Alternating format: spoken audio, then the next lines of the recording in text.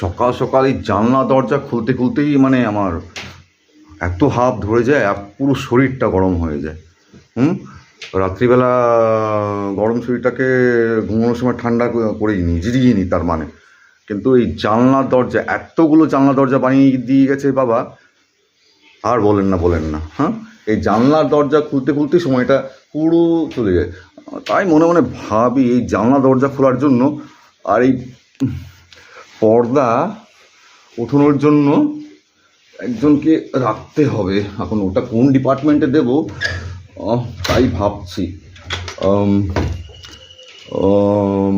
Housekeeping বলে ঠিক থাকবে, হাউসকিপিংয়ের লোক রেখে দেবো।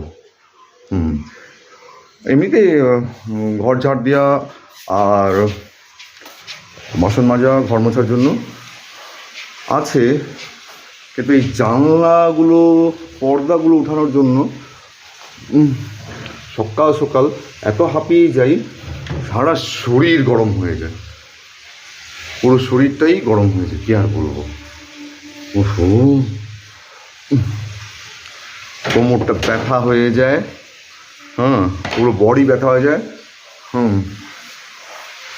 বাপরে, কি আর বলবো, ঘুরে ঘুরে প্রত্যেকটা জানলা দরজা আমাকে খুলতে হয়, যেহেতু একা থাকি। আর কি বলবো, কাউকে বলবেন না কিন্তু। তা লোকেরা হাসবে যে পর্দা ওঠানোর জন্য আর জানলা খোলার জন্য লোক রেখেছি। লোক রাখিনি অবশ্য, প্ল্যান করছি লোক রাখার জন্য।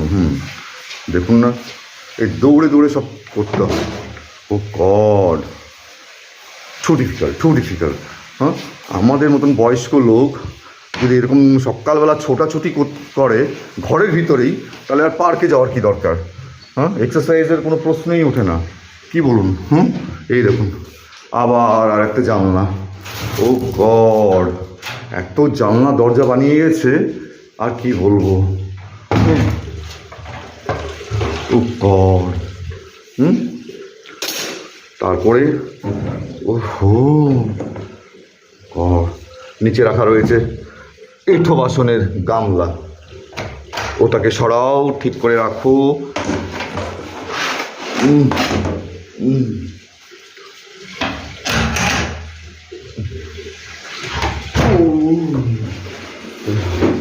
যাক, এট লাস্ট।